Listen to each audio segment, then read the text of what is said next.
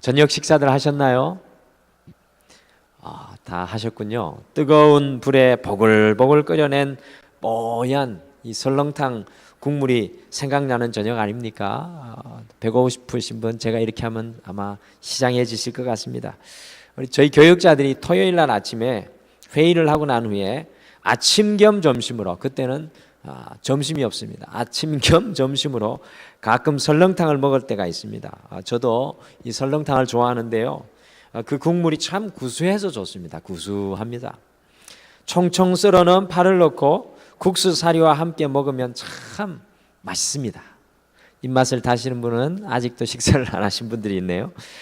자주 가던 집에 가서 파를 넣고 후추를 조금 뿌려서 먹곤 했습니다. 그런데 어느 날 혹시 소금을 좀 집어넣으면 어떨까 하고 소금을 쳐서 먹어봤습니다. 저는 그 순간 깜짝 놀랐습니다.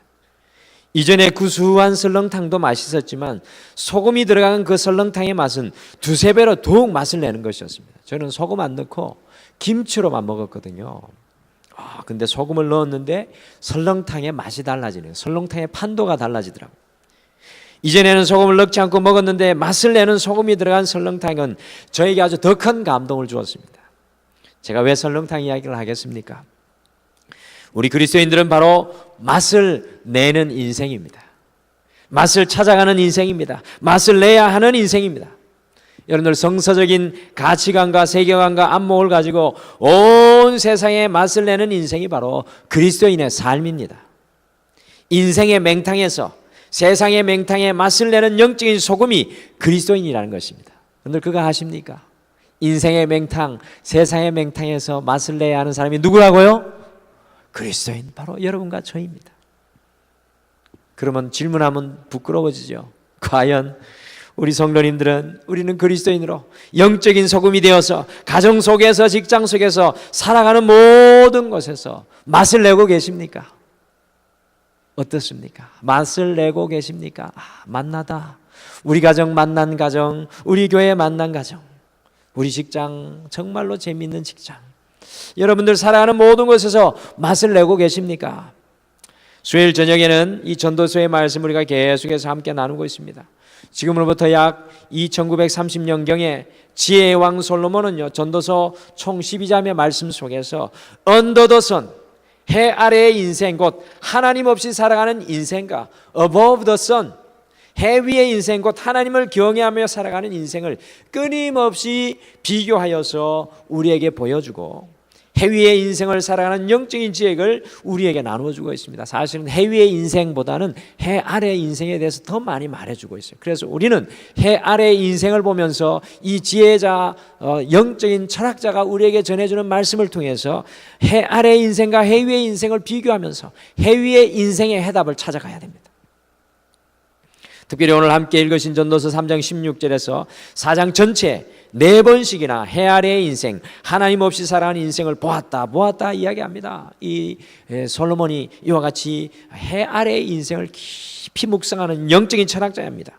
여러분, 3장 16절에 보시면 또 내가 해 아래에서 보건대, 그리고 4장 1절에 보시면 내가 다시 해 아래에서 행하는 모든 학들을 살펴보았도다. 또한 4장 4절과 7절에 내가 또 다시 해 아래에서 헛된 것을 보았도다 라고 하고 있습니다. 오늘 말씀 역시 솔로몬이 해 아래의 인생과 삶, 하나님 없는 인생의 삶을 우리에게 보여주고 있습니다. 특별히 오늘 솔로몬은 해 아래의 인생을 바라보면서 세 가지 없는 것을 우리에게 보여줍니다. 그래서 삼무, 곧 해 아래의 인생들에게 없는 세 가지는 무엇일까요? 오늘 솔로몬이 이야기하고 있는데요, 그래서 오늘 말씀의 제목이 삼무의 세상을 살아가는 그리스도인입니다. 오늘 제목이 삼무의 세상을 살아가는 그리스도인. 과연 세 가지가 없는 삼무의 세상에서 살아가는 우리는 어떻게 살아가야 할까요? 오늘 말씀을 통해서 해 아래의 인생에서 해 위의 인생으로 우리의 시선을 옮겨가 보도록 하겠습니다. 첫 번째, 영적인 철학자 솔로몬은 이 세상을 바라보며 정의가 없다고 지적합니다. 이 세상을 바라보며 정의가 없다고 지적합니다. 우리 3장 16절로 한번 가보실까요? 3장 16절로 같이 가보시겠습니다. 3장 16절 같이 읽겠습니다. 시작. 또 내가 해 아래에서 보건대 재판하는 곳 거기에도 악이 있고 정의를 행하는 곳 거기에도 악이 있도다. 아멘. 여러분들, 솔로몬이요, 해 아래 곧 하나님 없이 살아가는 인생들에게는 심지어 재판하는 재판정에도 악이 있고 정의가 없더라는 것입니다. 가장 정의가 충만해야 하는 재판정, 정의가 실현돼야 하는 재판정에서도 조차 하나님 없는 인생은 정의를 추구하지 못한다는 것을 솔로몬은 지적하고 있습니다. 솔로몬은 하나님 없는 인생들이 수많은 법정에서 오히려 정의가 불의에 억압당하고 있는 삶의 모순을 오늘 분명히 바라보고 있습니다. 2930년 전 솔로몬의 삶 속에만 일어나는 경험입니까? 우리가 살아가는 이 시대에도 악이 정의를 억압하고 정의가 서야 하는 곳에 악이 득세하고 있습니다. 하나님 없이 살아가는 해 아래의 삶 속에는 정의가 없다는 것입니다. 그래서 오늘 영적인 철학자인 솔로몬은 정의가 없는 시대를 지적하고 있습니다. 솔로몬은 해 아래의 인생을 바라보면서 도무지 도덕적 기준을 형성하지 못하는 인간, 정의 앞에서 오히려 무기력한 자신의 모습을 보일 수밖에 없는 인간성의 고민과 우리의 삶의 혼돈을 지켜보며 정의가 없는 세상을 한탄하고 있습니다. 사랑하는 성도 여러분, 그리스도인들이 맞설 내기 위해서는 이 세상에 정의를 실현하는 삶을 추구해야 합니다. 너무 멀어 보이시죠? 정의를 추구하고 살아가라니까. 정의가 먼 것 아닙니다. 바르게 살아가는 것이 정의입니다. 이 세상에 정의를 실현하는 삶을 추구해야 합니다. 우리는 모든 삶의 현장에서 정의롭게 살아가기를 결단해야 합니다. 여러분들, 정의롭게 살아가기를 결단하고 계십니까? 신앙생활 한다는 것은 그저 주일날 와서 한번 예배하고 수요일날 와서 한번 예배하고 그것이 아닙니다. 우리의 삶 가운데 나아가서 정의롭게 살기를 결단해야 합니다. 우리가 힘들고 어렵지만 정의롭게 살기를 결단하는 그곳에 드디어 맛을 내는 인생을 살아가게 될 줄 믿습니다. 맹탕이었던 세상 속에 맛을 내며 살아가는 것은 정의롭게 살아가는 것입니다. 그렇다면 우리는 정의를 왜곡하려는 유혹이 우리에게 있을 때마다, 정의가 왜곡되어 있는 삶의 현장을 바라볼 때마다 그리스도인인 우리가 하늘 위를 바라보며 하나님을 경외하고 살아가기를 원하는 우리가 꼭 기억해야 하는 것이 있습니다. 오늘 솔로몬이 우리에게 이야기합니다. 우리가 정의를 추구하며 살아가야 하는 중요한 이유를 우리에게 이야기합니다. 그것은 바로 하나님이 심판하신다는 사실입니다. 하나님께서 심판한다는 사실입니다. 우리 같이 영적인 철학자 솔로몬의 3장 17절의 고백을 함께 읽으시겠습니다. 해 아래 인생에 정의가 없는 것을 한탄하고 3장 17절의 고백을 오늘 솔로몬이 이야기하고 있습니다. 같이 17절 읽겠습니다. 시작. 내가 내 마음속에 이르기를 인생들의 일에 대하여 하나님이 심판하시리니 이는 모든 소망한 일과 모든 행사에 때가 있음이라 하였으며. 아멘. 여러분들, 때로는 우리가 정의가 없는 세상을 바라보며 허무에 빠질 때가 있습니다. 여러분들, 믿는 사람은 그럴 필요가 없습니다. 때로는 우리 직장 속에서 직장 생활할 때 정의가 바로 서지 못하고 옳은 것이 바로 세워지지 못하는 것을 볼 때 우리가 실망하고 좌절할 때가 있습니다. 그러나 우리는 허무에 좌절하고 실망할 필요가 없습니다. 곧 하나님께서 선과 악에 대해서 심판하실 것이라는 사실입니다. 왜 그렇습니까? 이 세상의 때를 만드시고 이 세상의 시간을 주관하시는 우리 하나님, 시간이신 하나님께서 언젠가 우리에게 주어진 모든 인생을 심판하실 것이라는 사실입니다. 여러분들, 지금 정의롭지 못한 가정에 혹시 계신 분들이 계십니까?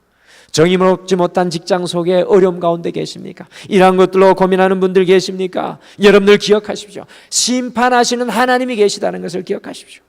우리 그리스도인들이 가져야 할 분명한 세관 중에 하나가 언젠가 하나님께서 심판하실 날이 있다는 것입니다. 제가 지난주 수요일 날 말씀드렸죠. 우리 그리스도인들에게는 영적인 블랙박스가 있습니다. 여러분들, 비행기가 추락하면 블랙박스를 열어서 그 비행기의 일거수일투족을 살펴보는 것과 같이 우리 하나님께서, 시간의 주인 되신 우리 하나님께서 언젠가 심판하실 날이 있다는 것입니다. 우리의 세계관에 이러한 분명한 믿음이 우리에게 있어야 합니다. 하나님께서 우리의 삶을 셈하시는 날이 있다는 것입니다. 우리에게 맡겨주신 모든 시간과 모든 삶에 대하여서 하나님께서 심판하신 날이 있기에 지금 이곳에 정의가 없어서 오히려 악인이 잘 되는 것 같을지라도 한탄할 필요가 없다는 것입니다. 여러분들 다윗 때문에 죽은 우리야 얼마나 억울합니까? 우리가 볼 때는 억울합니다. 그러나 하나님이 심판하십니다. 우리는 정의가 없는 세상 속에서도 불구하고 두 다리를 단단히 딛고 이 세상에 맞설 내는 정의로운 삶을 살겠다고 다짐할 수 있는 것은요, 또한 우리가 푸대접받고 억울한 삶의 현장 속에서도 좌절과 넘어짐의 자리에서 주저앉지 않는 것은 바로 하나님께서 심판하실 것이라는 믿음이 있기 때문입니다. 한번 따라하시죠. 하나님께서 심판하실 것이라. 다시 한번 크게 따라하시죠. 하나님께서 심판하실 것이라. 여러분들 영국의 웨스트민스터 교회를 목회하셨던 여러분 유명한 마틴 로이드 존스 목사님 아시죠? 한국의 마틴 로이드 존스 목사님의 설교집이 많이 번역이 되어 있습니다. 돌아가시기 전에 그분이요, 어떤 후배 목사님이 찾아가서 이런 질문을 던졌습니다. 목사님 평생 동안 목사님의 머릿속에서 스치고 지나갔던 모든 생각 중에서 가장 음숙했던 생각은 어떤 것이었습니까? 라고 물었습니다. 그때 로이드 존스 목사님이 이렇게 대답했습니다. 나는 끊임없이 이 생각 앞에서 왔습니다. 이 생각 앞에서 살아왔습니다. 그 생각은 내 삶이 하나님 앞에서 심판된다는 생각이었습니다. 내 삶이 하나님 앞에서 심판된다는 생각이었습니다. 이것이 바로 그분을 경건한 설교자로 또 한 시대를 이끈 하나님의 사람으로 만들었던 믿음의 비결입니다. 이것이 호람데오의 삶입니다. 심판자 되신 하나님 앞에서 살아가는 삶, 바로 하나님 앞에서 살아가는 삶이 바로 이 믿음의 비결이었습니다. 사랑하는 성도 여러분, 생각하십시오. 기억하십시오. 잊지 마십시오. 주께서 우리의 삶을 심판하십니다. 정의가 없는 세상 속에 주님의 정의로 맛을 내며 살아가는 우리가 되기를 간절히 축복합니다. 두 번째로, 영적인 철학자 솔로몬은 이 세상을 바라보면서 위로자가 없다라고 지적합니다. 한번 따라해 보실까요? 위로자가 없다. 여러분들 4장의 1절을 같이 읽겠습니다. 4장으로 넘어가셔서, 전도서 4장으로 넘어가셔서 1절 같이 읽겠습니다. 1절 같이 읽겠습니다. 시작. 내가 다시 해 아래에서 행하는 모든 학대를 살펴보았도다. 보라, 학대받는 자들의 눈물이로다.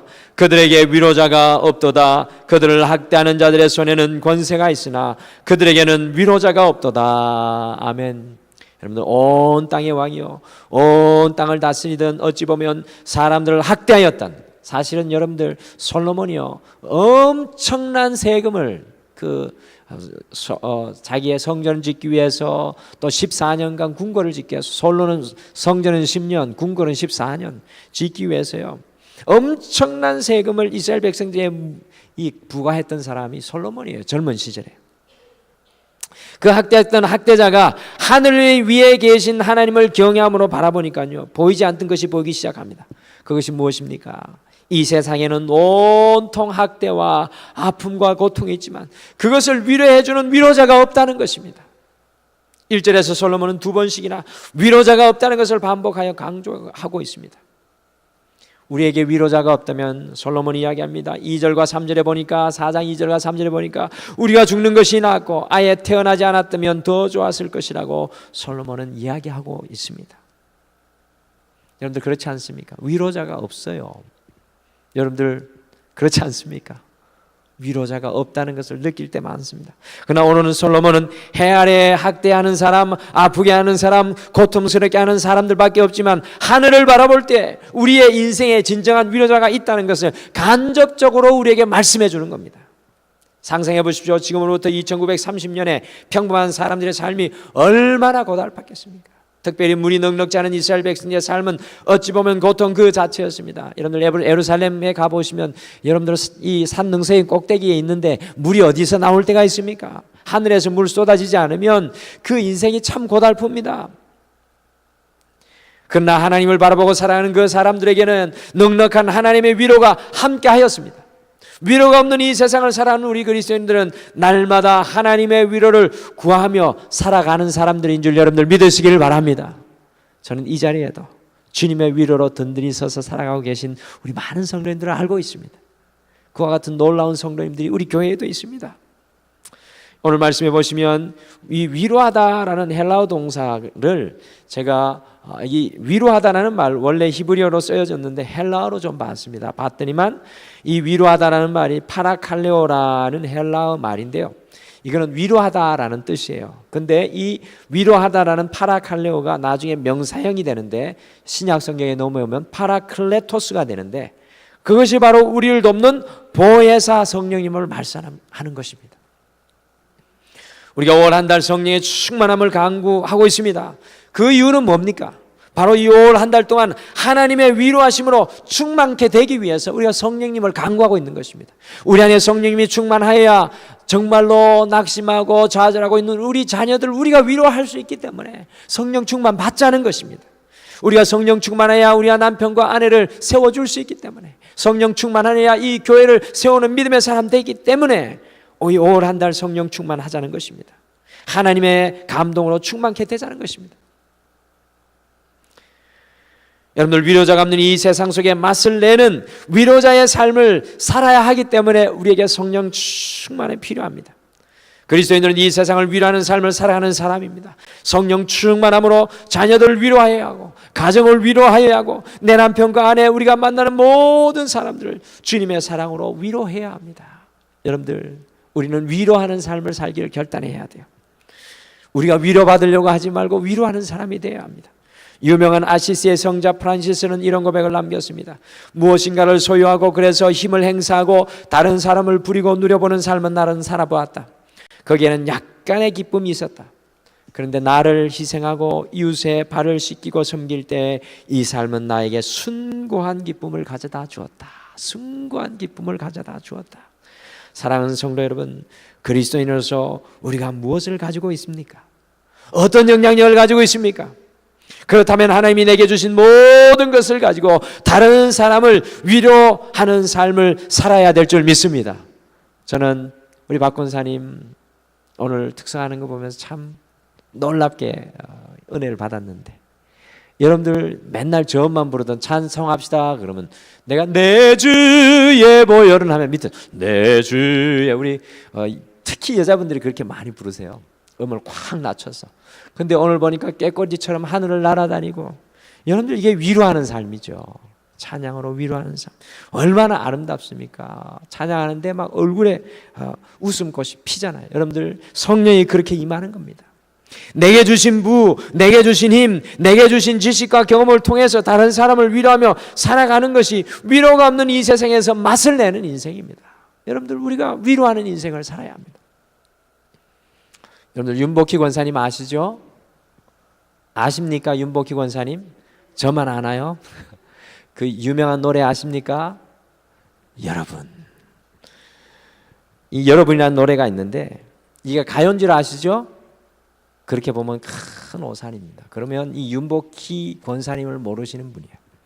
윤복희 권사님을 아시는 분은 이 사람에게 어떤 일이 일어났는지, 하나님을 만나서 어떻게 변화됐는지 아시는 분은 이 가요를 복음성가로 들을 수 있는 귀가 있어야 합니다. 한번 같이 들어보실래요? 복음성가입니다. 한번 같이 들어보시죠.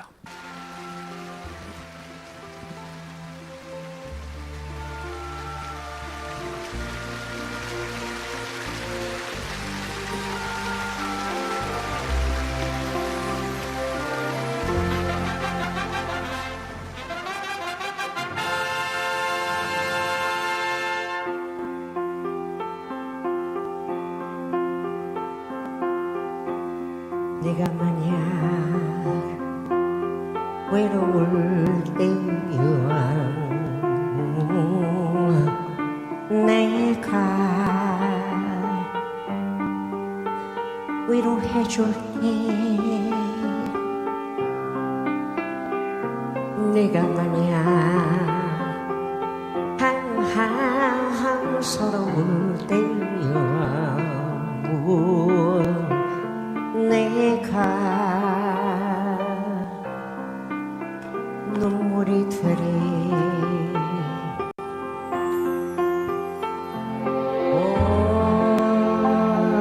어두운 밤 험한 길 걸을 때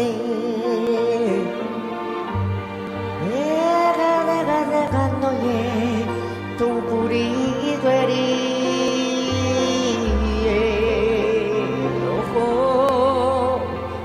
허전하고 쓸쓸할 때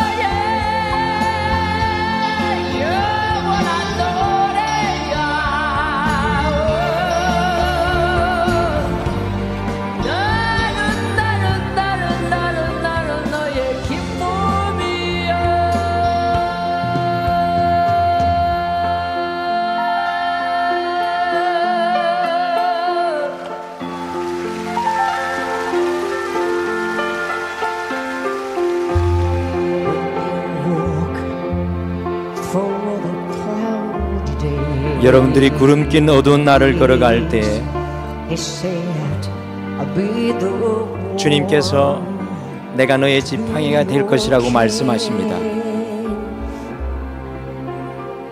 When you need someone to show you love. 여러분들이 누군가와 사랑을 나눠야 할 필요가 있을 때 He said, I'll 주님께서 be the one. 내가 너의 사랑이 되어 줄게라고 말씀하십니다. So smile. 그러게 웃으며 나를 바라보아라. I'll tell you what. 이렇게 인생에 어려운 길을 걸어가는 모든 사람들에게 내가 말할 것이다. 믿음을 가지라. 멈추지 말고 더 큰 믿음을 가지라. 지금 여러분들이 걸어가는 그 아픔과 고통의 길은 출발점과 지나가야 하는 길에 불과합니다. 더 높은 곳을 향하여 나아가고 전진하십시오.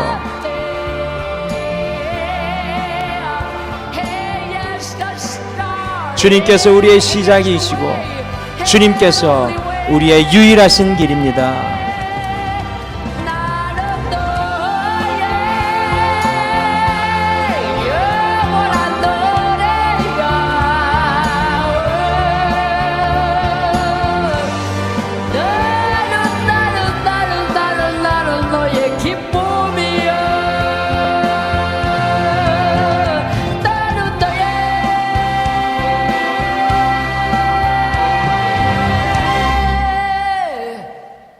만약 내가 외로웠다면 누가 나를 위로해 주지? 여러분.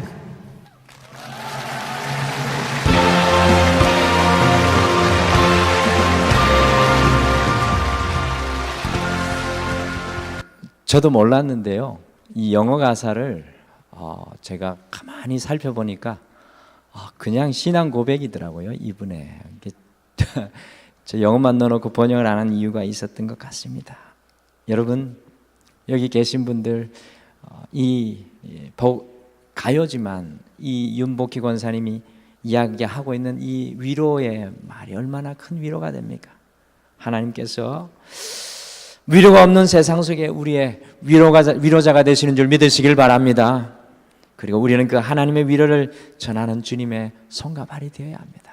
누군가 위로가 필요한 사람에게 누가 위로자가 되어야 되겠습니까? 여러분이라고 윤복희 권사님은 노래를 통해서 전파하고 있습니다. 우리가 위로가 없는 세상에 위로자가 되기를 소원합니다. 세 번째 마지막으로 영적인 철학자는 이 세상을 바라보면서 교제가 없다라고 지적합니다. 여러분들 전도서 4장 7절과 8절을 같이 읽겠습니다. 전도서 4장 7절 8절 우리 같이 읽겠습니다. 시작. 내가 또다시 해 아래에서 헛된 것을 보았도다. 어떤 사람은 아들도 없고 형제도 없이 홀로 있으나 그의 모든 수고에는 끝이 없도다. 또 비록 그의 눈은 부요를 족하게 여기지 아니하면서 이르기를 내가 누구를 위하여 이같이 수고하고 나를 위하는 행복을 누리지 못하게 하는가 하여도 이것도 헛되어 불행한 노고로다. 아멘. 8절에서는 아들도 없고 형제도 없고 가족도 없이 홀로 고독하게 살아가는 해 아래 인생에 대해서 솔로몬이 이야기합니다. 사실은 솔로몬은 교제가 없는 해 아래의 삶에 대해서 이야기하고 있는 것입니다.